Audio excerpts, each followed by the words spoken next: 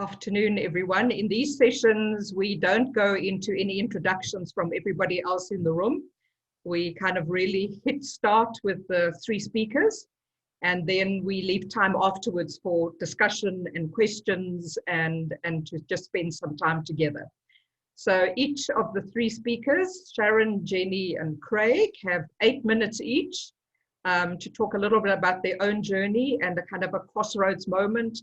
And we're going to start today with Sharon. So no introduction, Sharon, you do your own. So over to you, and thank you so much for being here and for taking part in this process. So thank you for the opportunity. I'm making sure that I'm setting my 8 minutes here. Okay, let's see that I got that right.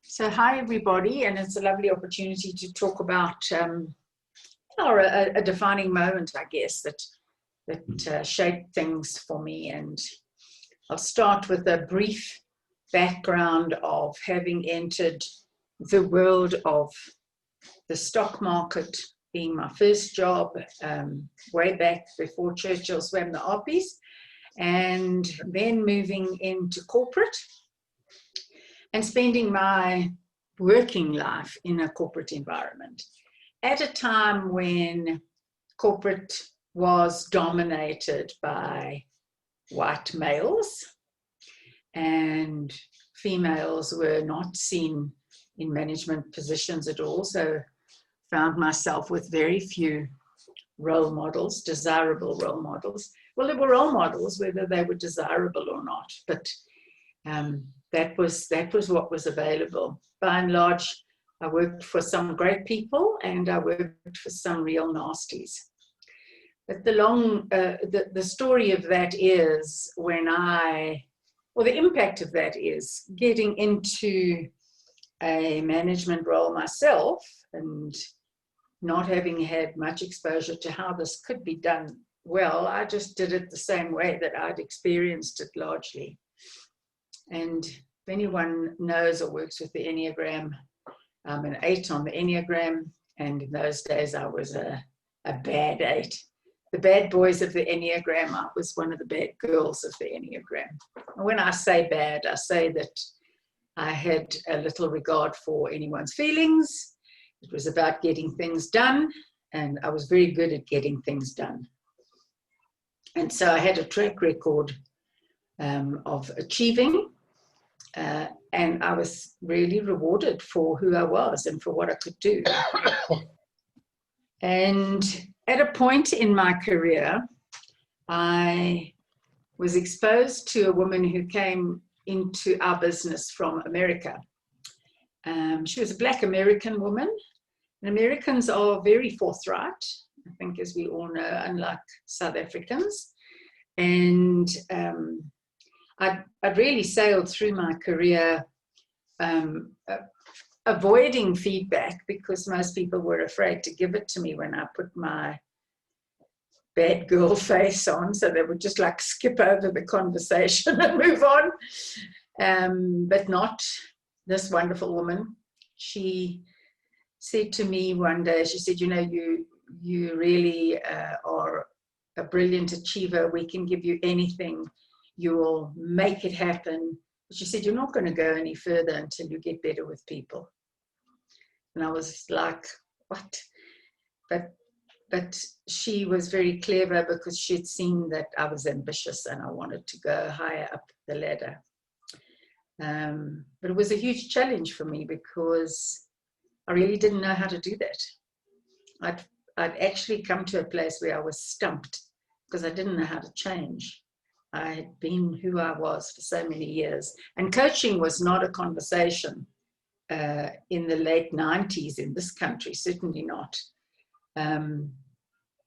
Anyway, she also supported me in my journey to bring about some change in my life. And I was lucky to be sent to the first International Emotional Intelligence Conference in Chicago back in 1998. It was the start of the emotional intelligence in the workplace conversation. And I was really excited, about the most amazing people I was exposed to there, I was exposed to John Kabat-Zinn, who's a leader in the mindfulness movement. I was exposed to the leaders in emotional intelligence. It was my first sighting of David White, who subsequently became a great friend and who I brought to South Africa. And I was really excited that here was something I could learn. I could learn emotional intelligence. It was so amazing. And so I started to coach myself. And I started to be more aware of my impact on others. It wasn't easy. It was little by little. And then I was asked by the leader of the business that I was in to work with him to lead a strategic business transformation in the retail banking division. And that required me leading both on the values and on the strategic business. And I had to be a role model of everything that I was talking about. And so I'd had a good 3 or 4 years of learning around emotional intelligence to be able to do that. And I think I did it successfully. And I had already decided then that I was thinking about what am I going to do when I leave corporate, because I wasn't going to stop work. I felt I might work for a couple of years. Well, it's now 15 years later, and I'm still working.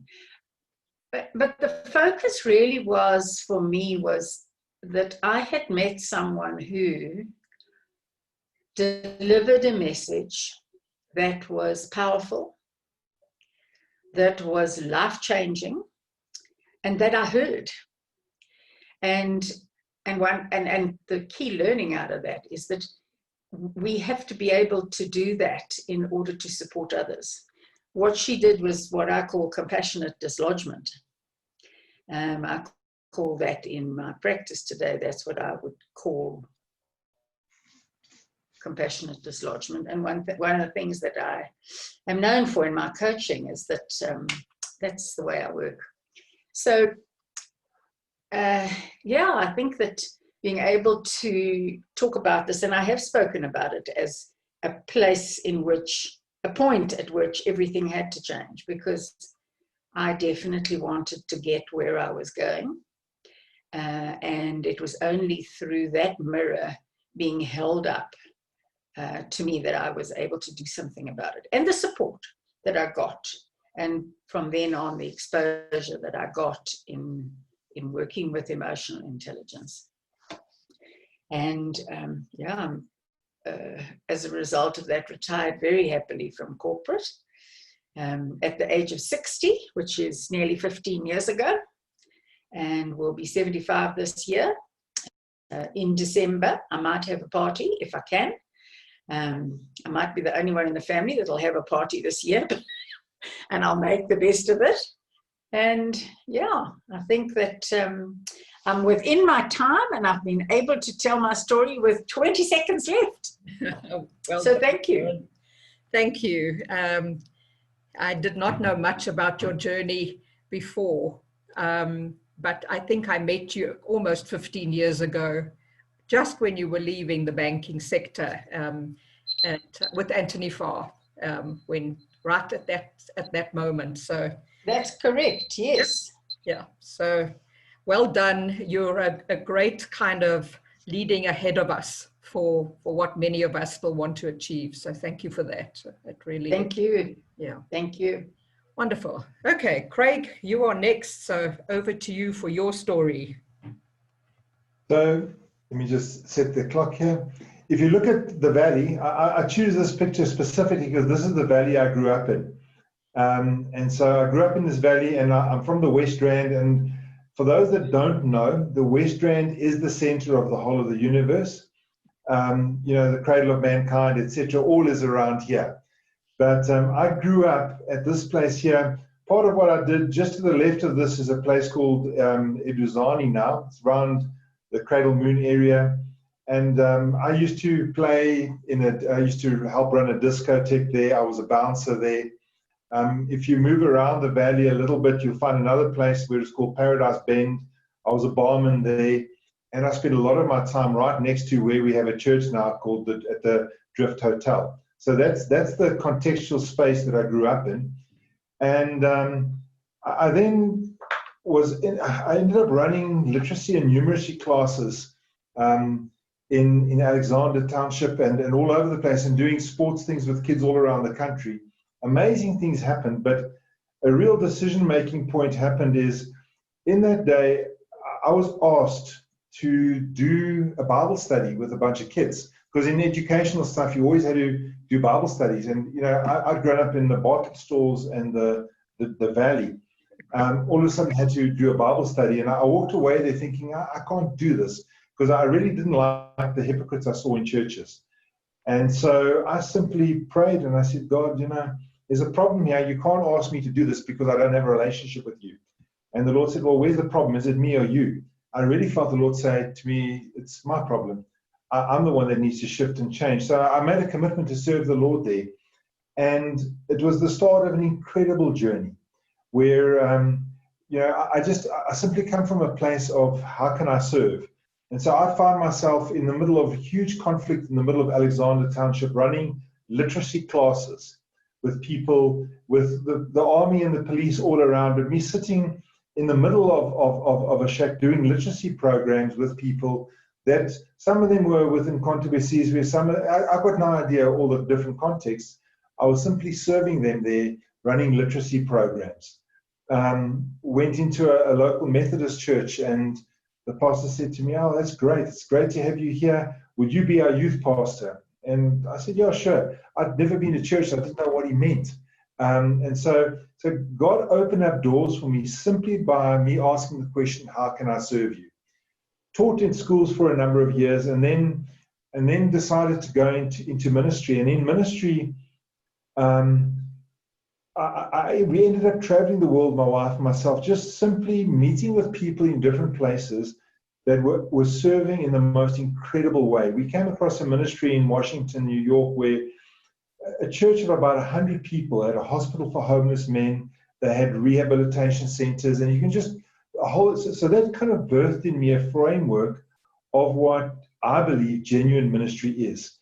I learned the other day that the methodology Jesus used, some clever people call it a paraplegic methodology of teaching. He would simply walk with people, and as he walked, he'd share truths of life. And so that's what I felt has happened in my life. I've had the opportunity of walking and serving with the most incredible people. And simply through asking the question, how can I serve?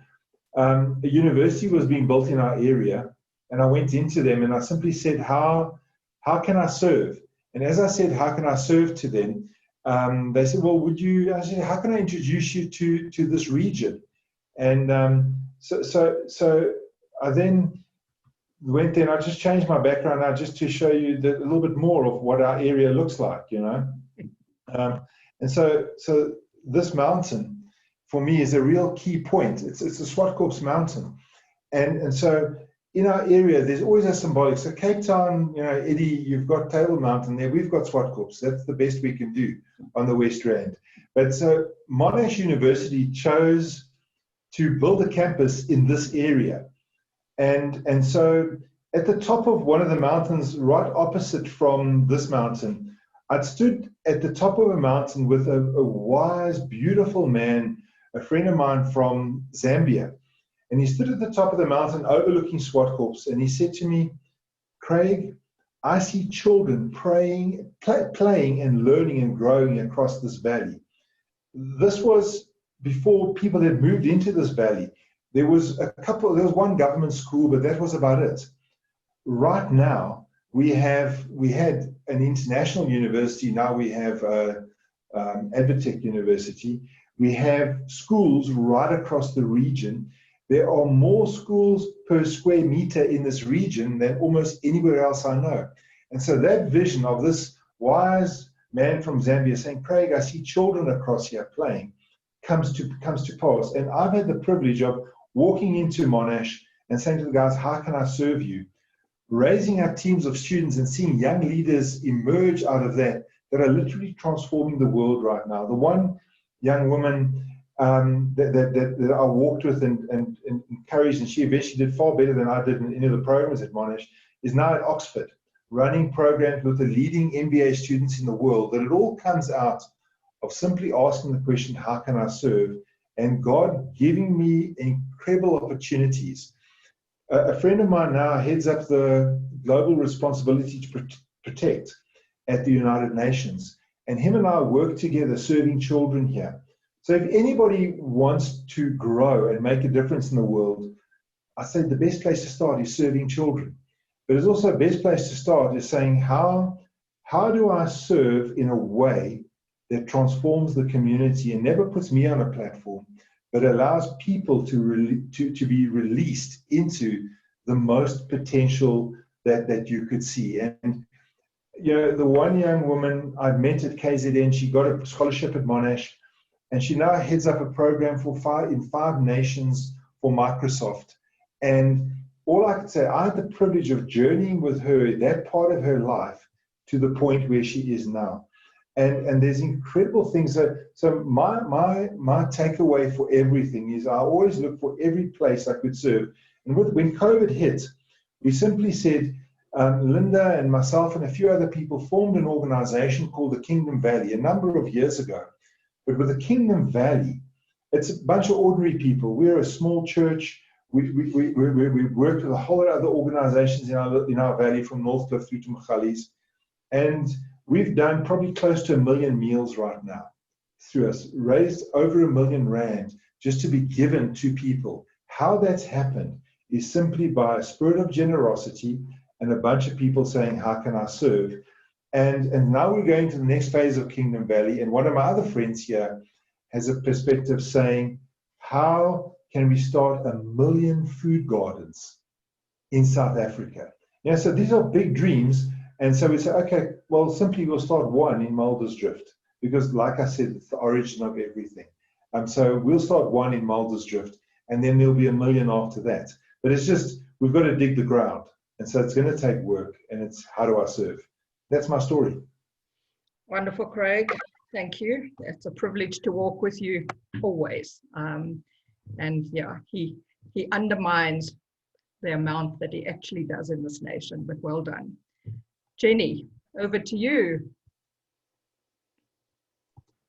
You're on mute. I'm not sure. There you are. Go for it. Okay, thanks. Hi, I'm Jenny. I've met most people through my journey with 50 Plus, with Linda and Jane and our other partners. It was interesting when Linda asked me to do this and the defining moment in life. I grew up with a very conservative background, had a dad and I laugh about it, where you had to go to work, ladies were not allowed to wear slacks, you wore skirts, you had to have sleeves, pantyhose, high heels, the whole toot, and that's what it was. I left school, didn't want to study. I'd hated the thought of studying. And so my dad said, right, you'll become a secretary. And that's how I started and became a corporate PA, which I loved, and I'm very grateful for that. We had a huge turn up in our lives.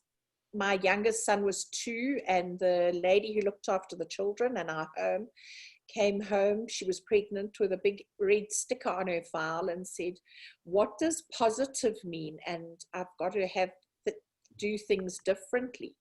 And she was HIV positive, and I had very young children, and we knew nothing about HIV in those days. And my doctor said, Jenny, you're giving up work. He said, you're coming home to sort this problem out, and you sorting out your kids. There's no ways you having an HIV positive lady look after your children. And I did. I came home, sorted everything out, and then was ready to go back to work. And so went back as a corporate PA, but into a small business. And eventually grew into the business, bought into the business, and was a partner in an investigations environment, and loved it, absolutely loved it, but realized that the remuneration between working in a partnership and the amount of work you put in is not always fair. And I got to the point, and I came home and I said to my husband, you know what, I'm going on my own. He said, you can't do that. We can't afford for you to do that. It'll never work. And I said, I'm going to do it. So it was quite a drastic separation from a business point of view. And very flippantly, I said, I'm going to make a business work where I can work anywhere in the world. I've always had a passion for travel, and when I was young, wanted to be a travel agent because I thought, well, that was one way you could travel cheaply, and that doesn't work. So I thought, well, if I'm going to want to travel, I've got to make it that I can work and travel. And I did invest a lot of what was in those days a pension into the IT development of iFacts, which is an employee screening and background check business where we assess people for suitability. A lot of it's integrity and on the fraudulent side to try and prevent that in a business. And I was able to develop that we're able to run it online. And I've got fabulous staff. And I then decided, well, now I needed to do something else. iFacts has been great because it provides the income and all the rest of it, but I needed a challenge. And I've again also had a lot of interest in natural health over the years, done loads of different aromatherapy, reflexology. And I then decided to go and do NLP coaching, which again, I absolutely loved. And that developed a whole new online health and wellness platform that we've got alongside our business, because I believe a lot of what happens with people when things go wrong, coming from the investigations environment, the integrity environment, is they're unwell. And unwell doesn't necessarily mean your physical health. There's an element of your life that is not well. And the coaching's given me a great opportunity to work with people in that environment. I don't go out and do massive, big coaching, but the people that I've worked with and allowed them to explore and find themselves and realize where the problem was coming from, creating that unwellness. It's like disease. Has been absolutely fabulous, and I've really, really enjoyed that. But if I look back at my life holistically and I ask myself, where was the turning point? And it was a movie called The Bucket List. I don't know if everybody's seen that movie. I loved it. And I just thought, oh, I've got to have a bucket list. I have to have a bucket list. And it started me on an annual journey where I review my life once a year, at the beginning of every year. And I realized from a bucket list point of view how we need to live holistically. And yes, it's great to have a successful career. It's great to have a wonderful family. It's great to be healthy, but just to review it. And I'm a bit of a tick box person, so I love lists. But for me to sit down and take a couple of days at the beginning of every year and go through my bucket list and realize what I can achieve or have achieved, it's absolutely wonderful. And it gives you something to constantly strive for. And I never ever take anything off the bucket list. So I always go back and I review what I've achieved since I started the bucket list. And I absolutely love doing it. So I think from a sort of holistic point of view, where was that defining moment for me was probably that movie.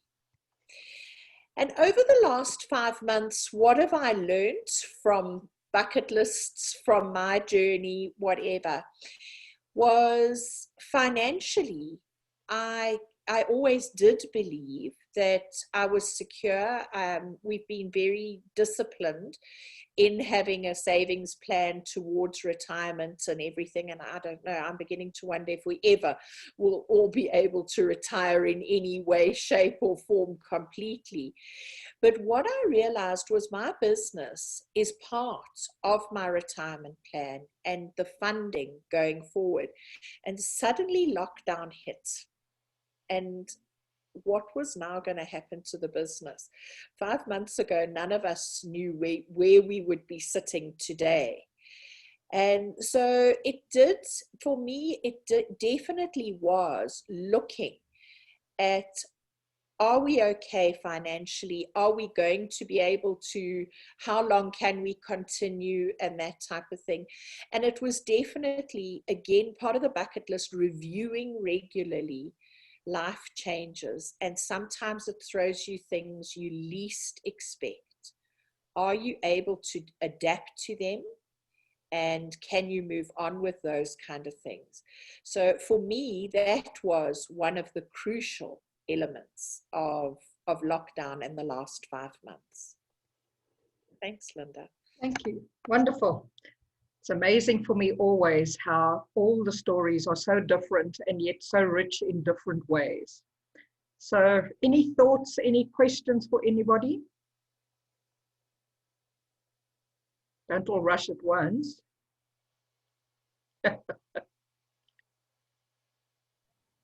Jane.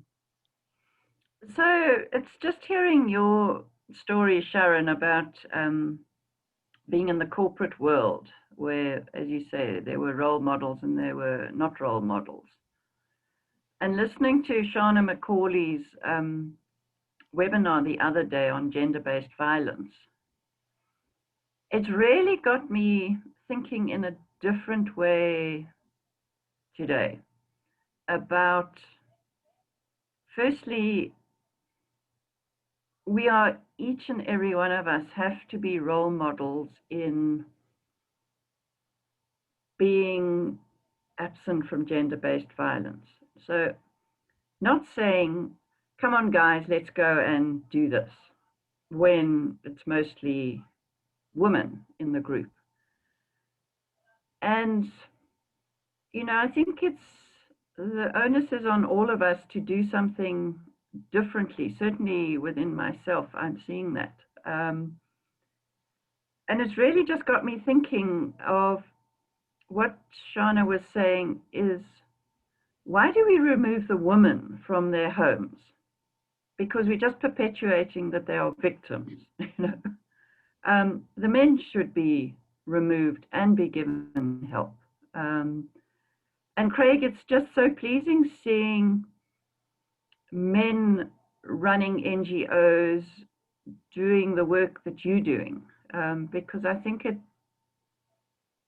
also, women stick up their hands and say, yes, I'm volunteering to do this, and you know, let's look after all these poor shame people and whatever. And it's just pleasing to see men stepping up into that role. And I certainly hope in your kingdom there's some male-based NGOs that are out there helping men understand their woundedness that is resulting in the violence that occurs because of the whole systemic thing that Shana went so eloquently through. So it's just interesting, all of these threads that are coming together for me from what you were saying, Sharon, and what you're doing, Craig, and just how it's all linking together at the moment. So a bit of a long sort of comment, but yeah, just my thoughts at the moment.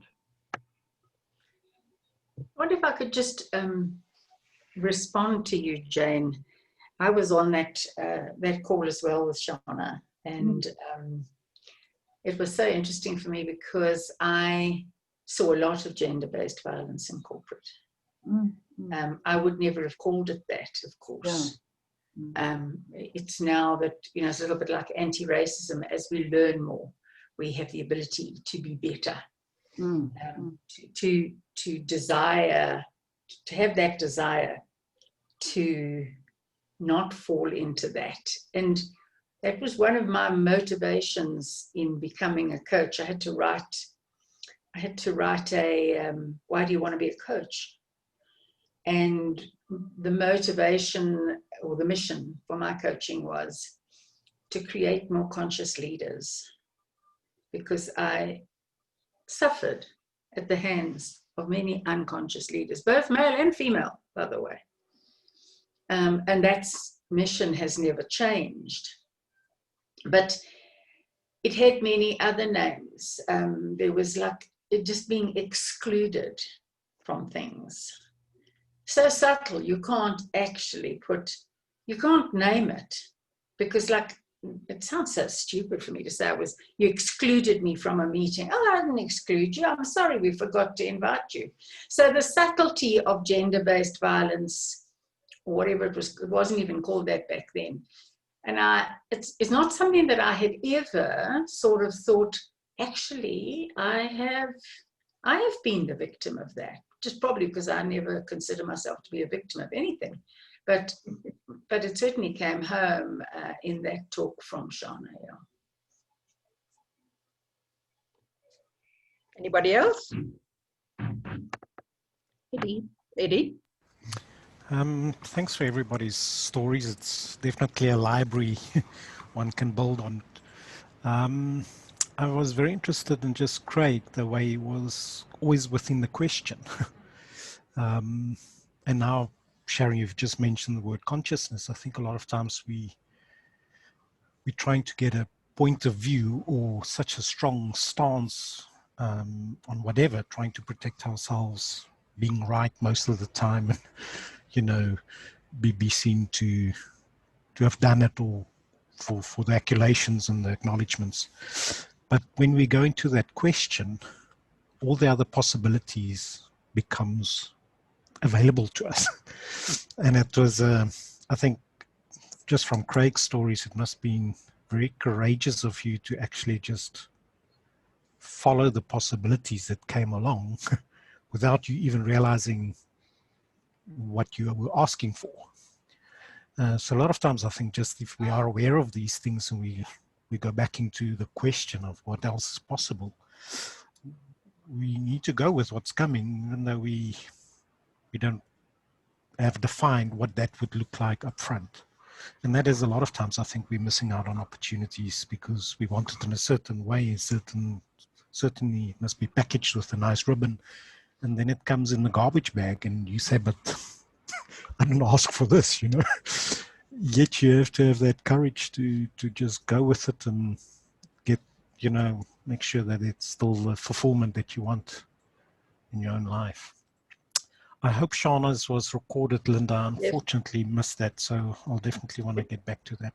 It's on the, but it is on the a Facebook very page. Yeah, it's a very critical thing. There's so much judgment within that from just the genders, and a lot of this stuff comes back to what our definitions are of everything that we portray.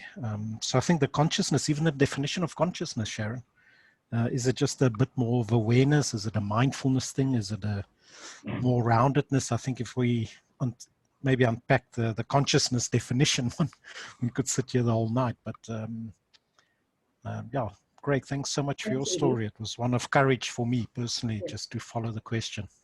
Craig, do you want to respond? Yeah, I just think what was quite interesting today is standing outside a school with a friend of mine, Peter, has just written a book, and the amazing thing is we were just talking about different schools that closed during lockdown, and then Peter's stories about some of the schools. And so if a school closed during lockdown, it probably wasn't a school. It was a building where children came to and adults came to. But many schools might not have physically been opened, but teachers found ways to get children worksheets. They did lessons on WhatsApp, and then those with resources might have used Zoom and all the other stuff. But basically, where there's a heart to do stuff, people find a new way of looking at it. You know, so when people say to me, "When is the church opening?" It's like the church is never closed. You know, we're the body of Christ, and we're living our faith. If we're relying on a building, we're very limited. But if we're relying on relationships with people and our role in society, it's different. And so we just unpack that for a school. And so as we look at where we go in the situation for businesses, there's some businesses that closed because they were just a place where people made money. Other businesses have repositioned themselves completely because they're still who they are. So Linda's whole network was strong and moving forward, but it would have been so easy to say, our generation can't do this stuff and close it. But immediately what's happened is because people have a passion for it, it's reinvented. And I think for me, that just standing with Peter, who's a retired director of education, and just seeing how things could be different. And I think that's what we can encourage each other in. No matter what space you're in, you can create your next bucket list because it's there. I think that for me is encouraging when you sit together with the kind of riches that are in this room with us. Yeah, I agree. For me, these sessions, the best part is the rich dialogue that happens as a result of each of us being vulnerable, just a little bit to share and taking the time to listen, because we live in such a fast-paced world that, asks you how you are and you say, I'm fine, and we move on. And yet I think this pause for me has been a rich opportunity to listen more deeply to people. And within the 50 Plus network, there is such rich deposit of how we could all make such a difference in wherever we are. More questions, comments?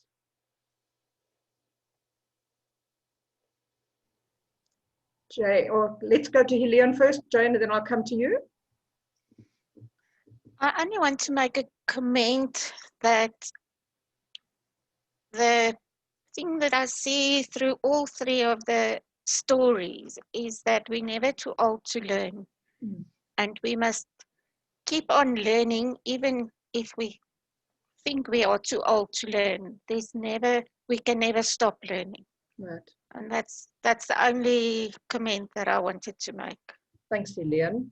And, I'm challenged by that because there are so many people that's mindset in our age group who's closed to learning or relearning. I kind of came up in a confrontational process that I didn't see coming, where I commented about in another group that I belong to. And this woman said, I've sent 100 CVs and I haven't had a single interview, but I'm not going to give up. And I just said, I kind of made the comment about maybe you need to readjust the way in which you're looking at possible opportunities in the future. And she said, not all of us are entrepreneurs. And she let rip at me. I don't like confrontation, but at the same time, if you read that entire group on Facebook, they're all doing the same thing over and over and over again, but they're not adjusting their sail for something new. And that for me is very much a closed mindset who doesn't want to hear another way. And I love the fact that I can hear another way and really think and be challenged by that. So thank you, Helene. Jane. I'd love to hear from Jenny some of the really exciting things she's done on her bucket list. Yeah, Jane. Well, probably the most rewarding for me. I grew up in a very sporty family where everybody had national colors except me. I just was not the sporty one at all. And just before I turned 40, I thought, geez, I better do something. I have not achieved anything. Everybody else is. So I decided to climb Kelly. And I did with a friend of mine. We climbed Kelly and the walking bug bits. And that became a huge part of the bucket list. We did Machu Picchu, Great Wall of China. And so quite a few of those type of things. We canoed down the Zambezi, 100 Ks down the Zambezi. So that became a big part of the bucket list, was those things. And with that, we then decided to form an organization called Adventures for Love, because while we were having fun, we decided to use that for fundraising as well. So it was interesting. I'd always wanted to form a charity organization. It's obviously become a non-profit now. And it was interesting how the bucket list items flowed into that type of thing. And then we did the Putfoot rally. So the travel has definitely been a big part of the bucket list, as well as the personal achievements with that. Fabulous. Thanks, Jen. Renelle, you had your hand up. Wow. So I want to celebrate all three of you that shared your stories. So there was, from Sharon, your story, I could relate to my corporate career and experiences. Craig, from a serving point of view, but all three, I think for me, what stood out was the fact that we can unlearn and relearn, and through the unlearn, the possibilities, as Eddie has said, are just, there's no limit to the possibilities in the unlearning that happens. But there's something that Jenny said was around a mental mindset, a way of looking at the world, which is fundamentally different. And also not being stuck in a social construct of what women should be doing or what any of us should be doing. Not wanting to go to university. You were saying, Jenny, around a very traditional family and so on, and your father said, but if I listen to your story and I see the journey, there wasn't this being contained by a social construct of this is what your career should look like if you didn't go to varsity. Yeah, and really, Craig, around intentional, how can I serve you? So the stories for me has been so relevant and so enriching around intention, unlearning, relearning, and not being stuck in constructs of what society wants us to be or not to be. So thank you very much. That is critical right now, because society says for most of us we're over 60, and so we're old. And as a generation, we're kind of saying, no, we're not. We might be 60, but we still have a lot to offer, and that's going against the construct that was for our parents and grandparents. And that's not easy to do. You know, you hit up against it often. And so it's about us also educating going forward to make sure that we pave a new way. Because it's the conversation that happens around you. You must all have friends and people that kind of are spiraling downwards in their lives because they have that as their mindset. And they're not prepared to open up to see another way. Anybody else? We've got 10 minutes. Peter.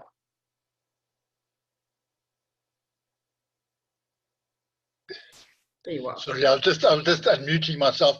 I was just a little concerned there, and I was wondering whether Sharon and I were excluded from this conversation when you said we're all in our 60s. A couple of us are a lot older than that. You know, I consider you as a young older person, Peter. Absolutely. I know, but I say that. But it was just when you talk like that, and but there are so many folk who you know, who have this mindset. To come 60, I've got to retire, and I would like to propose that word retirement be taken out of the 50 plus vocabulary and not used. I believe that we've been called for a purpose, and it's a case of finding that purpose and serving it just the way I was inspired. I was inspired by Craig's story. I also found Jane talking to me when she was talking about gender-based violence, and I was in a session in a session where we were talking about things like hashtag Black Lives Matter, and then specifically that was hashtags Men Are Trash, and the speaker was sort of talking about it and saying that as a white 50-year-old male, that really got to him, and but he then spoke about his daughters, and both his daughters went to Rhodes University, and he spoke about what his daughters were going through at university. And it was a case of, I think most of the guys in the audience had to sort of hang their heads in shame as they thought about their experiences in days like that, and how we would prey on young innocent girls and things like that. So just to think about it, and then to position oneself as role models. And I think those are important things, and things we should be aware of and we should be talking about. Yeah, wonderful. Thanks, Peter. Anybody else? Okay, I'm going to bring it to a close then. I think that these conversations are really important, and they allow us to just think more deeply. So thank you, Sharon, Craig, and Jenny. We appreciate you sharing part of your journey, and we have recorded it, so it will be up on the close page for other members who haven't managed to at least listen. And I think in some cases it's good for us to listen again, because it helps remind us about what is important. So thank you. Watch out for next month's Story Hour. Have a great day. Thanks, everybody. Thank you. Thank you. Bye-bye. Bye-bye. Bye. Thank you. Bye.